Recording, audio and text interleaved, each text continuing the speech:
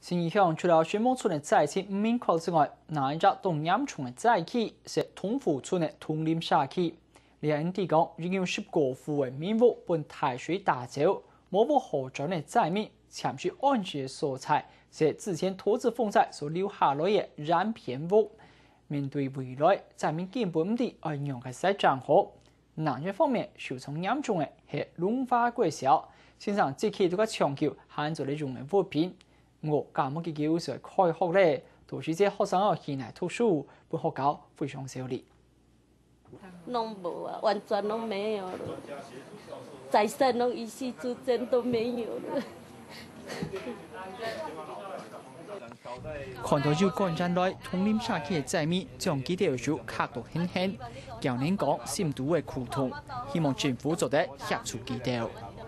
啊，阮會當去倒，阮即擺講的完全無，阮出去嘛無當要去倒，無法度去倒。希望政府講會曉趕緊甲阮鬥幫忙，互阮重建家園安尼，互阮有一個迄個避風港安尼啦，避風港啊。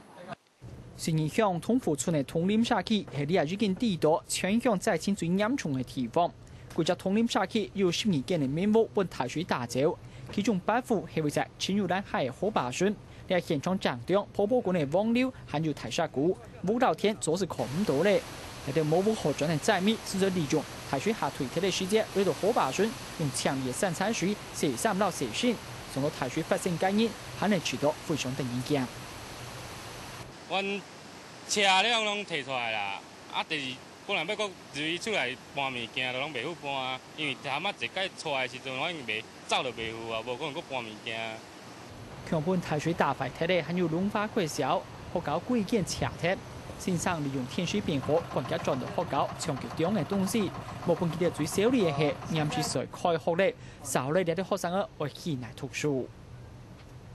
現在距離開學大概剩3個禮拜啦，就是說目前要先找一個讓學生他在開學的時候能夠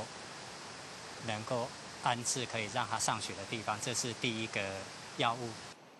越創烏村嘅大水唔但強將學生嘅讀書嘅地方大塊鐵，又將地面重要嘅瓦殼也是社台耕種嘅土地沖走咧。本記得冇間冇山，唔知未來都難為。也最希望係政府加啲春出戰術，本記得做得恢復正常嘅生活。下新聞李峰基南條報道。